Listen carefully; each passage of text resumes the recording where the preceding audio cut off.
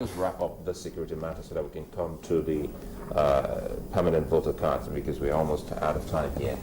What would you say should be that one thing that you would love to see for us to rejig this fight against insurgency in the country? Well, I was going to that, and I said, the first thing, like I said, I will restore confidence, pride, and dignity in the Nigerian Army by improving their welfare, giving them better equipment, so that even when they are going to negotiate, they will negotiate from a position of strength. 2, we would engage genuinely and negotiate Boko Haram out of existence. You see, this is what we say. We do not believe and will not tolerate 1 inch of Nigerian soil being under any caliphate. However, we must also address the underlying problems of Boko Haram, which is poverty, lack of job opportunities, lack of hope for the youth. While the average poverty rate in Nigeria today is about 60.1%, it is 77% in those areas. So until you address the underlying causes of Boko Haram, you will not be able to, resolve the issue. We also advise government that nowhere in the world has any insurgency been defeated using just the military alone. You must also look at the political and the economic. And we would advocate for a economic stimulus package for the Northeast. What the government is throwing at the Northeast is a pretense. You can't say you are going to revive the economy of the Northeast with 2 billion naira. Well, perhaps the national conference which also addressed that particular matter, maybe they would take the recommendations from there. But, let's quickly switch over to the issue of the PVCs. I don't know if you've heard INEC's explanation, because you boast very strong allegations against INEC.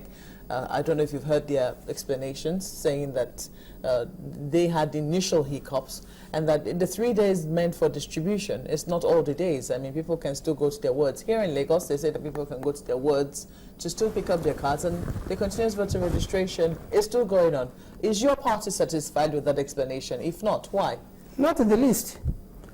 I don't think people even know what a ward means at times, or what a local government means. The truth is this, that the 3 days, if you can't collect your PVs within 3 days, you have to go back to your local government headquarters, not your ward headquarters, to go and collect your PVs. Well, here in Lagos, they're saying that they're sharing it to the wards, and they're taking it to the wards. You see, people don't understand what a ward means.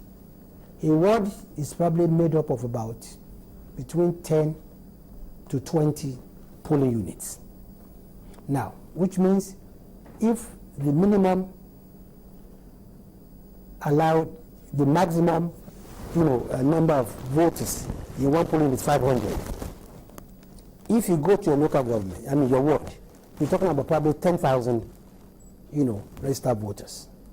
Now, can you imagine how long it would take you if you go to your ward where there are 10,000 registered voters, fairly given the fact that these cards are not allowing any order whatsoever. But that's not the issue. The issue is that INEC had the whole 4 years to plan for this. Nobody forced INEC to announce a date for us to come and collect our PVC if they are not ready. And is it by coincidence that the largest, some of the largest states, like Lagos, like Kano, like Rivers, which instead also happen to be APC strongholds, are where we're explaining these hitches? There's no excuse for this. They had the whole 4 years to plan this. If they were not ready, why did they tell us? You commence the resolution in Lagos, and there are names in at least 2,000 units missing, which is over 1 million voters. It's not the first time we've noticed hiccups. The first time they decided this distribution as well, we noticed that they had to extend in some areas as well. It would seem that that is a... Does that recurrent... The reason I bring this up is because you say it seems there is a particular plan against the APC, because this is happening in your strongholds and the states that have the most population. I'm just trying to point out that the first time, it also happened in these areas that were not APC strongholds, and it wasn't as successful. But if you're a member of APC, you will think the way I'm thinking. And anywhere where there have been these hitches, we've always complained. Because for us, it's about disenfranchisement. Whether you're going to vote for APC or it's not relevant, is that you must have that right to vote. And you must not be deprived of that right by INEC. You've offered a remedy. Are you satisfied with the remedy? We are not. We are not. What are you asking for? See, what we're asking for is, INEC should, number one, extend the number of days, and in this case, repeat the collection of PVC in the polling units. Because, like I've explained to you, it is near impossible to go to your ward and collect your PVC today. And don't forget that there are 3 categories of people that will go and collect PVC. There are those, when they get there, their names will be on the list. They will exchange the old cards for the new ones. There are those who have the old cards, but their names are not on that list. So what do? They ask them to bring in, they ask them to write their names and come back at a later date. Then there are those who have lost their temporary receipts, but whose names have appeared on the list. Those ones are asked to step aside, fill one form, bring another picture, and come back and collect again. And we have how many months to election? Less than 3 months to election. Well, let's close on this because we're out of time. The president, during his declaration, gave what he calls his scorecard. It's amazing that, all of the comments coming from your office, you still have not been able to disprove any of those achievements he reeled out. Instead, you're about the PVC security matters. Some are saying that you're overwhelmed because these are verifiable facts about what he's achieved so far. This must be jokers. What was his scorecard? We call it a failure card. So President spoke about electricity. And we are saying after spending 553 billion naira on electricity, today we have less than 4 to 6 hours daily of electricity.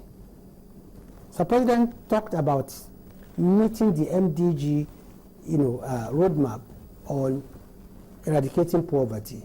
And we say as of today, 100 million Nigerians live under 200 naira per day.